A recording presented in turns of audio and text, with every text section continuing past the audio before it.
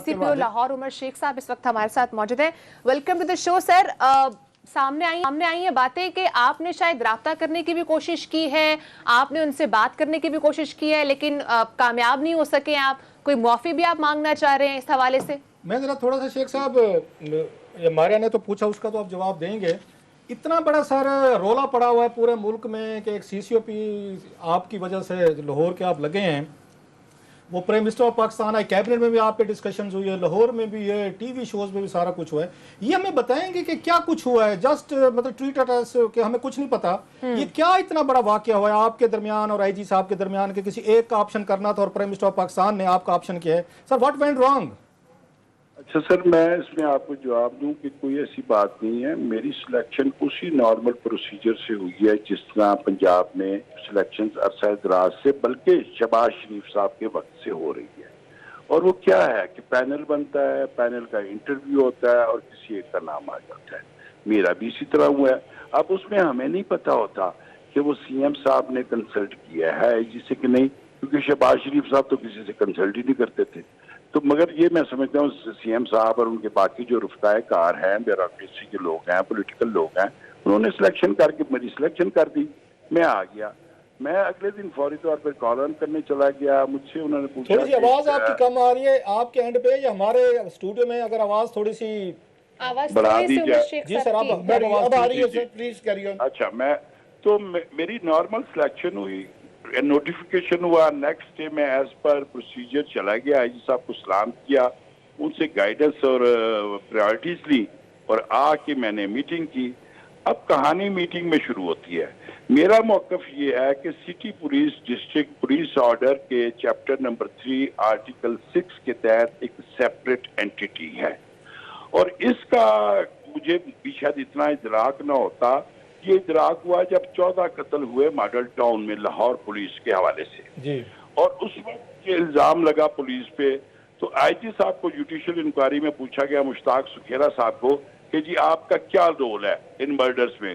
तो उन्होंने प्लेनली कहा कि जी मेरा क्या है, ये तो सेपरेट पुलिस डिस्ट्रिक्ट है और इसको पुलिस ऑर्डर के तहत ये सेपरेट एंटिटी है and CCPO is all powerful and he is responsible for all acts and omissions. अब ये बात आप पुलिस वालों को इस तरह नहीं समझा सकते, लिहाजा मुझे पुलिस की जुबान में समझाना पड़ा और उनको कहना पड़ा कि बेटा ये सारी जिम्मेदारी मेरी है। कल को high court, supreme court, judicial court, ये जो भी आया वो मेरे जिम्मे का आएगा। क्यों कि हम एक निहायत पोलराइज्ड सोसाइटी के अंदर पुलिसिंग कर रहे हैं, विच इज ट्रिकी है, सेंसिटिव है, मुश्किल है। लिहाजा अगर कोई सेंसिटिव और ट्रिकी केस के मुतल्लिक कोई एफआईआर दर्ज करने का, कोई एफआईआर कैंसिल करने का ऑर्डर कहीं से भी आए, हत्ता के आईजी ऑफिस से भी आए, आपने मेरी कंसेंट के बगैर वो काम नहीं करना, ये कहा है मैंने। अच्छा सर, ये बताएं शेख साहब कि आपके हवाले से भी आमिर साहब भी बता रहे थे कोई एडमिनिस्ट्रेटिव वो जब उन्होंने चेंजेस किए हैं आईजी साहब वगैरह की, कोई कू वगैरह कुछ आपके मतलब आरपीओस डीपीओ सारे वगैरह जो हैं, गुजरांवाले के सीसीपीओ, आरपीओ, साहिवाल के, फैसलाबाद के, ये सारे शहरों के बड़े शहर हैं। ये एक बड़ी ज़्यादा रेसिस्टेंस आ रही है और उनका एक इल्ज़ाम ये है कि आपने भी जो मीटिंग की आके ज्वाइन किया तो उसमें शायद आईजी साहब की शान में कोई नाजेबा अल्फाज किए कि उन्होंने रसिस्ट करने की कोशिश की थी और आप ज़ाहिर हमें बताया गया है सुपरसीड भी हो गए हैं। तो आपने कहा है कि उनको बता दीजिएगा कि मैं लग गया हूँ, इस टाइप की कोई नाजेबा अल्फाज कहे तो उस पर जो है ये जो रैंक एंड फाइल है उनको काफ़ी ज़्यादा इतराज़ हो रहा है, उनको इनाम गनी साहब पे भी इतराज़ है। आपका ये वर्जन चाह रहे थे। पहली चीज तो ये है कि इन्होंने ये हमारी पीएसपी एसोसिएशन है उसका पंजाब चैप्टर है जिसका मैं मेंबर हूँ। हमारे प्रेसिडेंट है राव सरदार अली खान। कल उन्होंने उसका इजलास बुलाया जो कि अनऑथराइज्ड था। पंजाब के तमाम फील्ड कमांडर्स को आप नहीं बुला सकते एज पर लॉ, ये तो है मेरा वो वर्शन। लेकिन जब मुझे पता चला कि आज 1 बजे इजलास है, मैं भी उधर चला गया चूंकि मैं मेंबर हूँ और जाके मैंने राव सरदार साहब को सलूट किया। He was presiding the session और मैंने पोडियम पे खड़े होकर कहा कि जी मैं सिर्फ, चूंकि आप सारे भाई ऑफिसर्स यहाँ पर इकट्ठे हुए हुए हैं, आरपीओस, डीपीओस, सीपीओस, तो मैं अपना वर्शन देना चाहता हूँ। जिस पे मुझे कहा गया कि हम आपका वर्शन नहीं सुनेंगे। मैंने कहा जी मैं शेख उमर हूँ, मैं वर्शन सुना के जाऊँगा। मैंने बताया कि मैंने आईजी साहब की कोई बेअदबी, डिसरिस्पेक्ट, डिसरिगार्ड नहीं किया, ना इंटेंडेड था। मैं 3 दिन से उनसे रब्ता कर रहा हूँ कि जनाब मेहरबानी करें, मुझे माफ़ कर दें या मुझे टाइम दे दें, मैं आ जाता हूँ। मैं कि मुझे टाइम नहीं मिला। उस पर उन्होंने कहा जी बस ठीक है, आपका वर्शन हो गया, अब आप यहाँ से चले जाइए। मैंने दोबारा सलूट किया और वहाँ से कमरे से बाहर निकल गया। बस ये शेख साहब, एक ये भी आ रहा है कि वहाँ पे जो कुछ इल्ज़ामात लग रहे थे कि शायद आपने कोई गिरफ्तारियाँ की हैं, कुछ कब्जे ग्रुपों पे हाथ डाला है, कोई कातिल मुबैना कातिल थे, तो शायद वो नहीं चाहते थे, जो आपके हाई अप्स हैं, मैं नाम नहीं लेना चाह रहा चलें, कि वो नहीं चाहते थे कि आप उन लोगों पे हाथ डालें, और आपने जाके ज़ीरो टॉलरेंस रखा है। शायद उस पर भी कुछ एतराज़ात है जिससे मज़ीद डिफरेंसेस बढ़े हैं। और शायद आईजी साहब ने ये भी आर्डर्स पास किए थे आगे कि जनाब कि जैसे आपने कहा कि कोई FIR, कोई एक्शन मेरे से पूछे बगैर नहीं करना, तो ऐसे आईजी साहब ने भी आर्डर्स किए थे अपनी टीम को कि आपने कोई आर्डर अगर आपको उमर शेख साहब देते हैं तो आपने भी इनकी नीम माननी है। तो ये ट्रू है कि कुछ लोग आपने पकड़े, कब्जे ग्रुप वगैरह, जिनमें कोई आईजी साहब जिस पे खुश नहीं थे? समझ गया हूँ क्लासा साहब। पहली चीज तो आईजी साहब ने ऐसा ऑर्डर मेरे जूनियर ऑफिसर्स को हरगिज नहीं दिया। Right sir. मेरे नॉलेज में नहीं है। उन्होंने मैं आज 5वां दिन है, मुझे 5 दिन में उन्होंने पूरी कंप्लायंस दी है। इस वक्त भी मैं एक मीटिंग कॉल की हुई है और अभी 10:30 बजे मैंने उनके साथ बैठना है।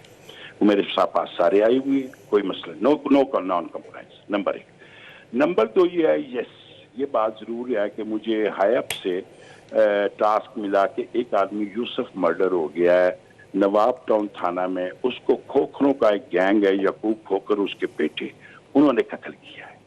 मैंने उसकी इंक्वायरी जब किया यहाँ पे अपने ऑफिस में, तो मैंने कहा सबको बात बुलाओ। उस इंक्वायरी में मुझे पता चला कि मकतूल यूसुफ ने, जिसका एक प्लाट यकूब खोखर वालों ने कब्जे में लिया हुआ था, उसने पुलिस और रेवेन्यू की मदद से अपना प्लाट खाली करवा लिया था। उसके बाद खोखर ग्रुप ने उसको थ्रेट दिए जान से मारने की। उसने SHO को बताया, SHO ने कोई एक्शन नहीं लिया, जिसकी वजह से वो तीसरे दिन मर्डर हो गया मोटरसाइकिल पे। अब वो कितना बड़ा खुद बेचारा अमीर होगा जो मोटरसाइकिल पे जा रहा था, उसको मर्डर कर दिया गया, ये आप अंदाजा कर सकते हैं। तो मैंने जब केस सुना तो मौजूदा जो SHO बैठा हुआ था, मैंने कहा नहीं यार ये तेरा तो कसूर ही नहीं। तो कॉल दी ओल्ड SHO, क्यों क्या हुआ है, वो किधर गया जी, उन्होंने सस्पेंड कर दिया है। यानी वही रवायती तरीका जिसका पूरा जमाना मुखालफ है और इमरान खान का विजन है कि भाई जो बंदा गलत है उसको सजा दो। इन्होंने साइड का लाइन पे रखा हुआ था। मैंने कहा किधर है पुलिस लाइन, में बुला लो, आ गया।